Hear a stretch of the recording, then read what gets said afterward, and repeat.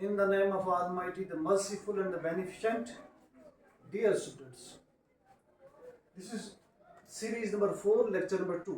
हम poetic devices कर रहे हैं, जिनको हम फिगर्स ऑफ स्पीच भी बोलते हैं, लिटरेरी डिवाइसेस बोलते हैं, पोइटिक टेक्निक्स भी बोलते हैं. This my lecture is common. This is for 9th, 10th, 11th, 12th, BA और जो लिटरेचर पढ़ते हैं उनके लिए, सबके लिए मैं पोइटिक टेक्निक कर रहा हूँ.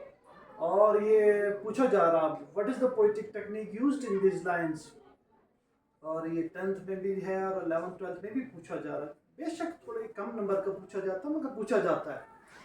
और नाउ इट इज़ इम्पॉर्टेंट कि नो दिस. और हमने पीछे वाला एक लेक्चर किया है, दूसरे पे हम आज हैं. और लेट अस सी, आज हम पढ़ने जा रहे हैं, ये भी एक पोइटिक टेक्निक है, climax. Climax is the highest point of any drama, any film, any story, जहाँ इवेंट्स अपने टॉप पे होते हैं, उसको हम बोलते हैं क्लाइमैक्स. एग्जांपल क्या है इसकी? Hero fights the villain, battle decides who will land, who will win.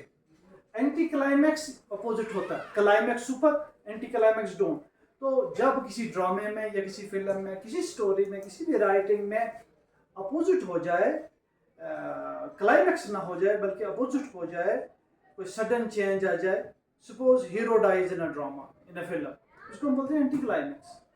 आपने एक्सपेक्टेड लाइन पे जा रहे थे, वो नहीं हो रहा, अनएक्सपेक्टेड हो गया, तो कुछ सडन डिसअपॉइंटिंग एंड हो गया, उसको हम बोलते हैं anti climax. Man runs, simple example है, man runs to the bus stand, बहुत हार्ड वर्क करता है but finds the bus gone. Suppose this is simple example of anti climax. Next हमारा है hyperbole. What is hyperbole? This is deliberate exaggeration.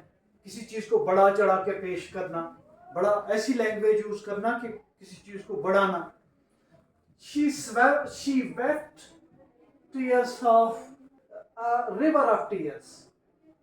He runs faster than the wind. हवा से ज्यादा तेज वो, इसको हम बोलते हैं hyperbole. Alliteration. What is alliteration? In next figure of speech, same consonant sound is replaced. She, example, she sells by the seashore. एक ही sound. She sells by seashore. I saw a sock that could not saw. तो consonant words का use to create some sort of rhythm and music. Alliteration. उसको alliteration. नया last हमारा है paradox. आपने सुना होगा पैराडॉक्सिकल सिचुएशन. तो पैराडॉक्स में पोइट दो अपरेंटली लगता है कि दो अपोजिट वर्ड्स का यूज कर रहा है. It seems contradictory at first but may contain deeper truth. मगर जब आप पढ़ते हैं उसको तो आपको पैराडॉक्स में बड़ा ट्रूथ बीच में दिखाई देता है. जैसे लेस इज मोर, ये दोनों कंट्राडिक्टरी वर्ड्स मगर बीच में ट्रूथ है, बीच में डेप्थ है और बड़ा ट्रूथ है. The more you learn, the less you know. आप जितना आप पढ़ते हैं आप सोचते हैं मैंने कम पढ़ा.